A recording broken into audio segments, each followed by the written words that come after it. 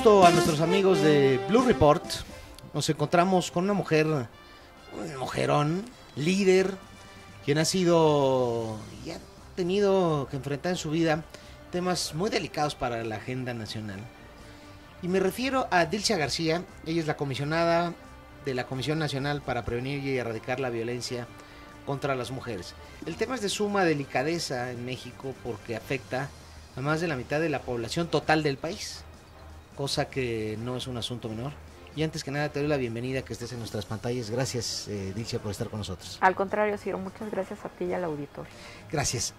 La violencia de género, ¿cómo está el panorama de la violencia de género en México? Particularmente en el caso de las mujeres, pero la violencia de género es para todos, ¿no?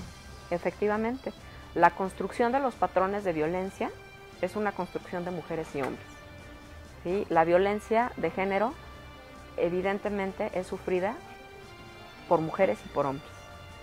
La cuestión aquí es que, de acuerdo justo a los patrones culturales, ¿no?, a los modelos antropológicos patriarcales con que se ha construido la cultura dentro de nuestro país, muchas formas de violencia se han concentrado en la población femenina. ¿Sí? En consecuencia, lo que podemos decir es que la violencia de género contra las mujeres son aquellos actos u omisiones que generan que las mujeres sufran algún daño, ya sea físico, psicológico, social, comunitario, cultural. ¿México es un país en donde se maltrata a la mujer? Desgraciadamente sí. Podemos decir que la última estadística, ¿no?, la encuesta nacional de relaciones en hogares, la ENDIRE, nos habla de que de cada 5 mujeres, 3 sufrieron alguna forma de violencia en el último año anterior al que se hizo la encuesta. Si nosotros estamos viendo, ¿no?, esta cifra, que es terriblemente enorme, sin lugar a dudas podemos decir que todas las mujeres en este país hemos sufrido en algún momento de nuestra vida alguna forma de violencia. ¿Cómo está la radiografía en México respecto de la trata de personas? ¿Dónde se encuentra? ¿Cómo lo han ustedes estudiado, este fenómeno? ¿Cómo está México en esta materia? Bueno, el fenómeno de la trata en México tiene estudiado por las organizaciones de la sociedad civil. Aquí lo que nosotros podemos ver es que existen puntos de expulsión, puntos de origen, ¿no?, puntos de paso, ¿no?, espacios de paso y de recepción. ¿En dónde se da de trata de personas? ¿En dónde se da más este fenómeno? ¿En el norte del país o en el sur? Existen varios focos rojos, de acuerdo a un estudio realizado por Elena Azaola, junto con UNICEF y con el DIF nacional, en donde se habla de 5 puntos específicos, ¿sí?, que por supuesto ahorita los voy a mencionar, pero existen 2 que por su gravedad creo que son dignos de ser mencionados en la particularidad. Uno que es Tlaxcala, ¿sí? Tlaxcala porque dentro... Tlaxcala. Sí, Tlaxcala, ¿no? Específicamente hoy dentro de 10 municipios, pero en lo específico un municipio en donde, por desgracia, antropológicamente, sociológicamente, culturalmente, la trata de personas está sembrada, la trata de personas con fines de explotación sexual comercial de mujeres, es Tenancingo. Anteriormente solamente era un fenómeno local, ¿sí? Era un fenómeno municipal, ¿no? Pero de pronto, con el crecimiento de diferentes fenómenos económicos, globalizadores, etcétera, ahora ya es un centro en donde las mujeres vienen de fuera, se concentran ahí, después se van, ¿no?, a otras partes, justamente para ser explotadas sexualmente. O sea, ya en lugares como este está arraigado culturalmente hablando. O sea, este concepto de vivir de las mujeres. Efectivamente, ¿no? Incluso existen preguntas, ¿no?, que las comisiones de derechos humanos de pronto se han acercado al municipio de Tenancingo y les preguntan a los niños, bueno, ¿y tú qué quieres ser de grande? Y les dicen los niños, bueno, pues yo quiero tener muchas hermanas, ¿sí? Quiero tener muchas mujeres en mi familia, pues para poder tener mucho dinero. Es cultural. Es una cuestión de carácter cultural, ¿no? Es un fenómeno que se tiene que abordar de modo antropológico a efecto de que se pueda ir permeando una transformación, ¿no? De esta cultura de la explotación sexual dentro de estos municipios de Tlaxcala, en donde verdaderamente además quienes se encuentran en el poder de la trata de personas dentro de Tlaxcala son gente muy violenta, son gente que tiene además un poder brutal sobre la propia población y que además pues desde luego están coludidos con algunas autoridades. La verdad es que la procuradora, que tiene pues apenas 1 año y medio ahí, se encuentra, que de verdad es una heroína, ¿no? Se encuentra en una situación en la cual está buscando, ¿no? Buscando hacer cosas para la erradicación de la trata de personas y se está encontrando con esto, ¿no? Mencionabas que son 2 los puntos en el país. ¿Dónde es el otro punto? Ciudad Juárez. ¿Sí? En Ciudad Juárez existe además un fenómeno que no se da en otros espacios de la República Mexicana, ¿sí?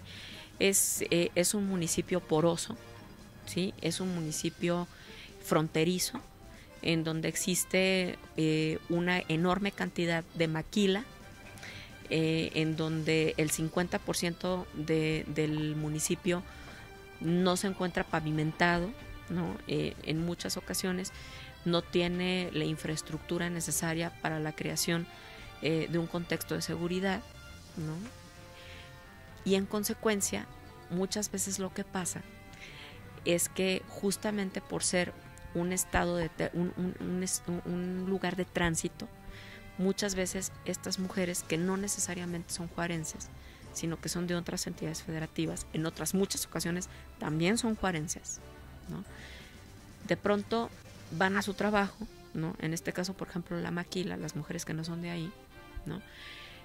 Y entonces, por la misma forma de rotación de personal de la maquila y por la condición fronteriza, puede pasar mucho tiempo para que se le eche de menos a una mujer.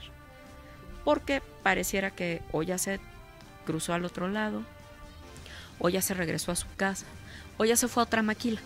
Y no están sus familiares ahí, digamos, como para dar ese seguimiento oportuno y natural, ¿no? Exacto, no tienen una red, ¿sí? No tienen una red sociofamiliar fija y entonces pueden pasar días para que se echen menos a una mujer, ¿no? Entonces eso, pues desde luego genera un espacio idóneo para que se puedan dar delitos brutales en contra de estas mujeres que carecen de la red, ¿no? Ahora, por otra parte, ¿no? Existen estas situaciones de homicidios de mujeres que sí son de ahí y que además uno ve que son chiquitas, ¿no? O sea que las muertas de Juárez. ¿Por qué se da esto? Bueno, en principio un poco por lo que te estoy comentando, ¿no? Pero también otros homicidios de mujeres y de niñas en Ciudad Juárez, indiscutiblemente se pueden dar por la trata de personas. Uno ve a las chiquitas que han desaparecido y que desgraciadamente en muchas ocasiones las autoridades de Chihuahua han encontrado muertas, ¿no? Las han encontrado torturadas, las han encontrado mutiladas, ¿no? Evidentemente abusadas sexualmente, incluso muchas veces después de la muerte, ¿no? Verdaderamente esos son temas terribles. Uno las ve y son chiquitas que tienen una enorme facultad para salir de su entorno y para querer salir adelante, ¿sí? Son mujeres jóvenes, mujeres emprendedoras, mujeres que estudiaban, mujeres que trabajaban, mujeres que de verdad tenían un hambre de salir de su contexto y que en muchas ocasiones los tratantes de personas encuentran en esta necesidad de salir de su entorno y de llevar a su familia una mejor vida, encuentran la semilla para poderlas secuestrar para poderlas tratar y desgraciadamente muchas veces para matarlas, ¿no? Un tema muy delicado, y México, como ustedes han podido escuchar, es un país muy vulnerable en este sentido, en este tema, tanto por sus orillas que son turísticas y por lo tanto permite este trato, este maltrato y esta trata de personas, como situaciones de carácter cultural, como el caso de Tlaxcala, que es casi como los lugares donde la tradición es irse a Estados Unidos, lugares altamente expulsores de migrantes, ¿no? O sea, aquí son altamente tratantes de personas, ¿no? Y de mujeres específicamente, o como el tema de las fronteras, ¿no? Y el tema económico, como el caso de Ciudad Juárez, que son territorios propicios para que se dé esto.